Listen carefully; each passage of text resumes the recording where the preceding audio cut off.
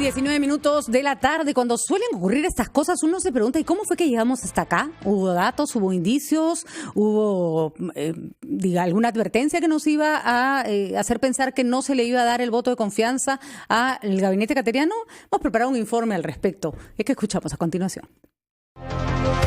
Este último martes, por mayoría de votos, el Pleno del Congreso negó la confianza al gabinete ministerial encabezado por Pedro Cateriano. Con ello, la renuncia de todo el equipo ministerial resulta obligatoria y el presidente Martín Vizcarra deberá designar a nuevos cuadros en el más corto plazo.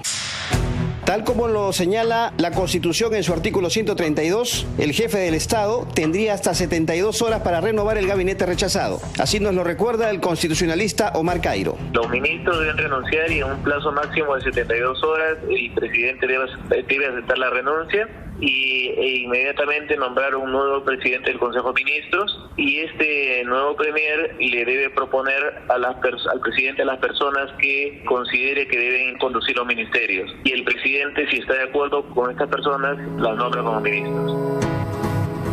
Aunque la negativa de la confianza implica la renuncia de todos los ministros, el único que está obligado a salir permanentemente es el premier. En el caso de las otras carteras, el presidente Vizcarra podría ratificar o mover de sector a los funcionarios. La abogada constitucionalista Beatriz Ramírez nos lo explica.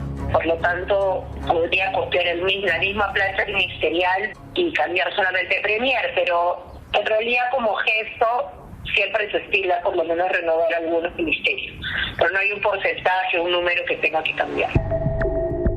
Como está regulado, el premier que se designe debe solicitar el voto de confianza ante el Congreso dentro de los 30 días de entrada en funciones el nuevo gabinete. Si, en el caso actual, se volviera a rechazar la confianza, el gobierno ya no podría disolver el Parlamento, pues es su último año de mandato. Esto significa que el legislativo vigente puede seguir negando al gabinete la confianza de manera ilimitada. La analista política y presidenta de la Asociación Civil Transparencia, Adriana Urrutia, estima que la nueva tensión entre Congreso y Ejecutivo deja un mal precedente en el contexto de acciones técnicas y políticas contra la pandemia.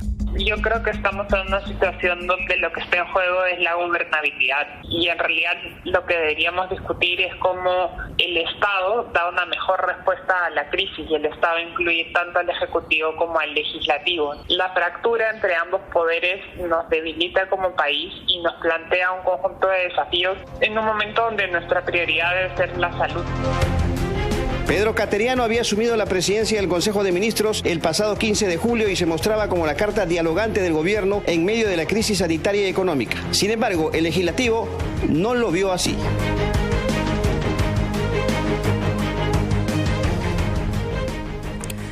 1:22 de la tarde. Hay algunas aclaraciones que hacer. Por ejemplo, desde el 15 de julio que fue nombrado Pedro Cateriano hasta el día de hoy, ocupó el cargo de primer ministro. Por lo tanto, cualquier decisión que haya tomado, cualquier ley que haya aprobado, cualquier iniciativa que haya impulsado es legítima y no se borra porque no se le haya dado esta vez el voto de confianza. Estamos con María Alejandra Campos, analista política, para ver qué pasó. Y con ella vamos a tratar de diseccionar este voto tan extraño y sobre todo cuál es el futuro que va a tener que enfrentar el presidente Vizcarra con un Congreso que claramente dijo: nosotros no nos movemos de acuerdo con la música que nos pone el Congreso, si no se bajó qué música, eso sí, no nos queda claro.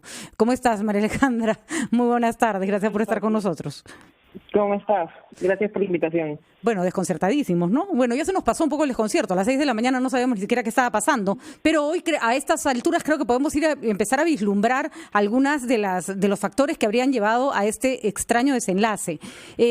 Hay dos posturas, María Alejandra, que me gustaría conversar contigo. La primera es, había claramente un grupo más de izquierda, donde estaban UPP, donde estaba Frente Amplio, donde está el mismo FREPAP, al que Pedro Cateriano no hizo ningún intento de seducir, por decirlo de alguna manera.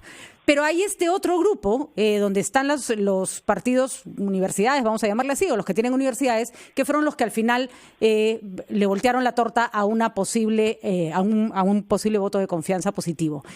¿Qué primó más? ¿Dónde crees que estuvo el fiel de la balanza o dónde está el punto que Vizcarra tiene que tomar en cuenta para poder relacionarse mejor con este Congreso, con el que tiene que convivir? Mira, la verdad es que más que hacer política, creo que toca hacer politiquería. Uh-huh. O sea, es horrible, ¿eh? pero creo que es nuestra realidad. O sea, es un Congreso con intereses muy dispersos. Como tú decías, ha habido un bloque del voto en contra que ha sido un voto ideológico, predecible y consistente, digamos, ¿no? De partidos que no creen que el libre mercado o que la inversión privada sea el camino a seguir en nuestra economía, y bueno, votan en contra porque no les parece. Y además hay que decirlo, sobre el cual Cateriano asumió que iban a votar en contra y no tendió un puente, es decir, no hubo dijo ya, con esto no cuento, ¿no? Eso sí, de entrada estaba claro, ¿no? Sí, y era muy difícil además hacerlos cambiar de opinión, ¿no? Por ahí entre pero ponerte a negociar con UPP o el Frente Amplio era gastar balas en gallinazo, digamos. Uh-huh. Pero el otro bloque es un bloque que no es un bloque para empezar, ¿no? Son un montón de bancadas dispersas, con un montón de intereses dispersos también. O sea, finalmente APP vota en bloque, en abstención, pero con muchos intereses de por medio. O sea, Martín Hidalgo en su crónica de qué cosa pasó anoche, ponía muy acertadamente que si bien Acuña tiene una universidad, su universidad está licenciada, pero hay otros miembros de su partido que tienen intereses en universidades que no están licenciadas. Entonces ahí finalmente licúas todo y sales con un voto en bloque en abstención. Tienes por otro lado Acción Popular, que es un partido literalmente, o sea, tienes el bloque Lescano que iba a votar en contra por un tema tal vez más ideológico, tienes el bloque de la gente que promovió la interpelación de Martín Benavides en la Comisión de Educación. ¿También ligado a universidades? No estoy segura. No está segura. O sea, ahí el link con Raúl Díaz Canseco es más difícil de hacer, digamos. Sí, no. Y pensaría que Raúl Díaz Canseco además tiene más intereses pro mercado que anti Sunedo, ¿no? O sea, en esta coyuntura en particular. Pero el tema es que tienes un nivel de desagregación de intereses, de atomización de intereses, que lo que tocaba, sobre todo un año antes de las elecciones, tal vez era darle un poquito más de mermelada a los congresistas. O sea, ha sido horrible esa situación. Si querías la confianza, me parece bien que Cateriano se haya plantado y haya dicho no, yo no voy a sacar al ministro de Economía y no voy a sacar al ministro de Educación. Pero bueno, pues cuando te plantas eso es lo que toca. Así es. Y además ahora le toca... Y creo que estamos pagando el costo de tener un Congreso con una representación tan mala, ¿no? Y además jalado de la nariz por intereses tan sectoriales, particulares, individuales y poco nacionales. Mercantilistas. Y además esto es... recordaba más temprano Rosa María Palacios y Augusto Álvarez Rodríguez en una conversación, esto es como la guerra con Chile y Piero Lanó mandándole refuerzos a Bolognesi cuando está atrapado en Arica. O sea, es verdad, es un momento en el que no le puedes decir que no al otro que está luchando contra una situación sumamente complicada. Es bien duro lo que hemos visto, ¿no? Sorprende ese nivel de mezquindad política y creo que indigna también que los congresistas salgan a atribuirse la voz del pueblo cuando estoy bastante segura, le apostaba por ahí alguien en Twitter un ceviche, que si Ipsos saca una encuesta hoy día preguntándole a la gente qué hubiese preferido que pase, apostaría lo que sea a que sale que le den la confianza a Cateriano, porque obviamente a la opinión pública lo que le interesa ahora es que el país salga del hoyo en el que está. O sea, ¿para qué queremos seguir entrampados en conflictos políticos que claramente no están aportando en nada? Y mira, María Alejandra, y lo tercero, que también me parece bien grave, es que yo escuchaba en la mañana tu programa con Ricardo, y realmente los congresistas que entrevistaban no podían hilar dos ideas juntos. O sea, nadie salía a dar un argumento razonable por el cual negarle la confianza al gabinete. No, que no hablaron lo suficiente de salud. ¿Cómo no haber hablado 3 horas y media, Cateriano? Así es. No me acuerdo qué otros argumentos daban, pero todo era inverosímil, ¿no? Además, cuando se le preguntaba, pero ¿qué les hubiera gustado? No sé, o sea... No voy a decir que tenga cara de humano. Sí. Realmente un nivel de política que, bueno, ¿qué haces con eso? Es verdad, pero yo creo que sí hay un tema importante ahí que me gustaría analizar contigo al regreso, porque los partidos que ideológicamente y en bloque han votado no son pocos. Y ese es un grupo con el que va a haber que trabajar más largo, digamos, y no se puede desdeñar una visión que está buscando algo menos pro empresa, aparentemente. No digo que Cateriano sea totalmente pro empresa, pero esa es la percepción que han recibido por lo menos los grupos ligados a la izquierda en este momento. Te pido que te quedes un ratito con nosotros, María Alejandra, para saber, ¿y ahora qué? El presidente Vizcarra seguro va a hablar en un momento, pero ¿qué cosa debiera hacer? Vamos a ver si tenemos alguna respuesta. Vamos a una pausa y volvemos. Crisis política.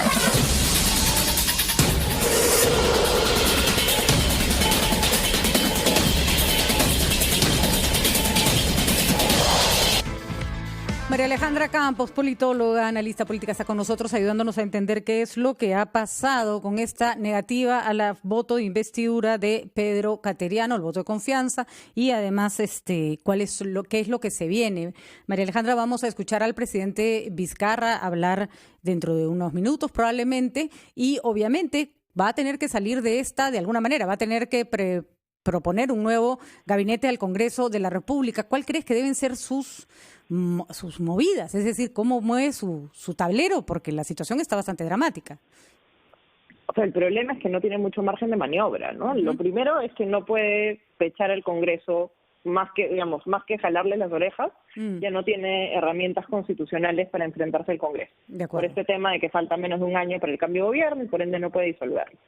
Lo segundo es que tampoco tiene tiempo para hacer muchos cambios en el gabinete, ¿no? Yo creo que lo lógico sería cambiar solo la cabeza a Cateriano.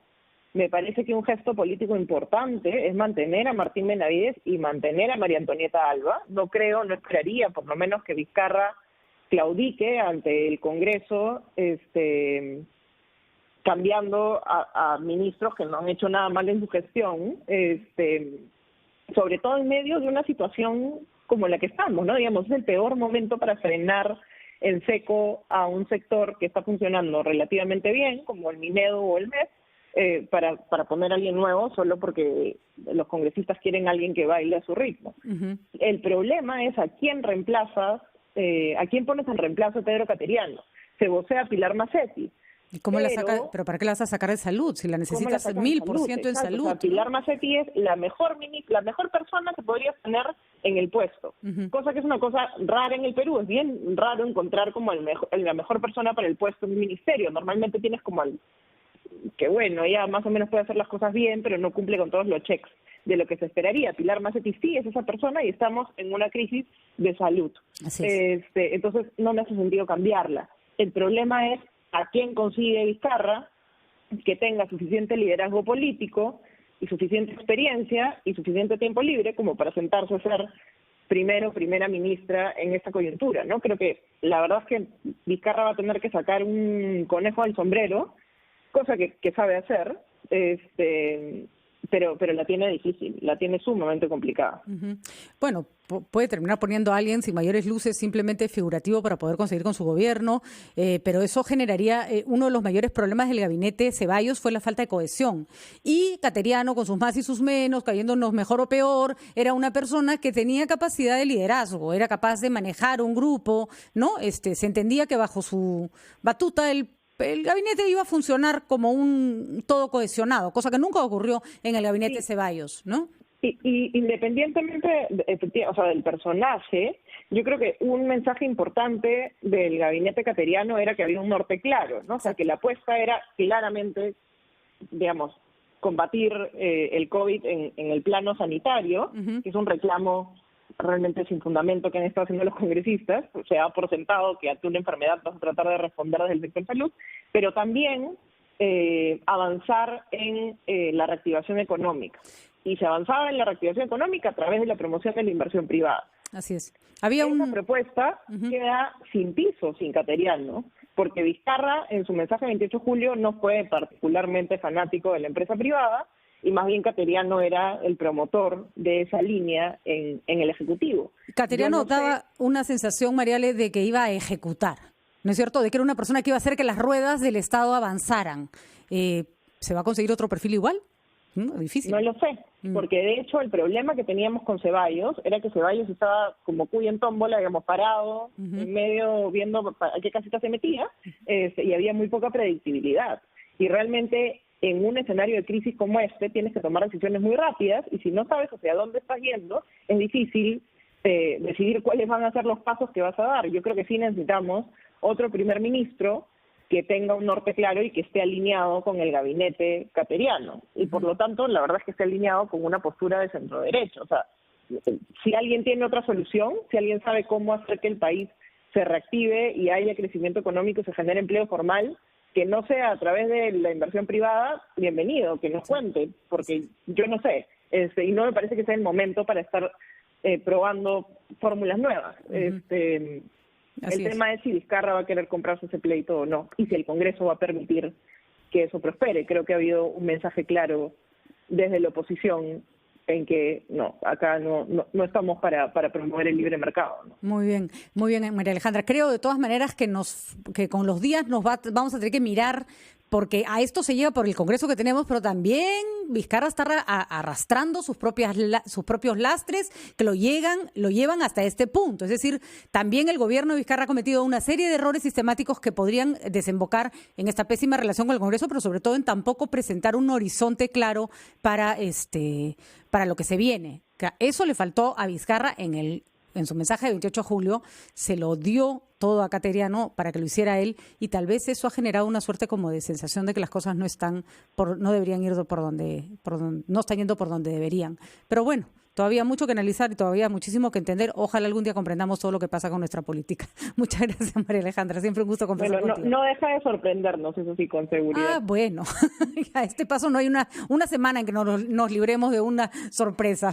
Muchas gracias. Y que tengas una buena tarde, María Alejandra Campos. 1:40 de la tarde. ¿Con quién estamos, Fati?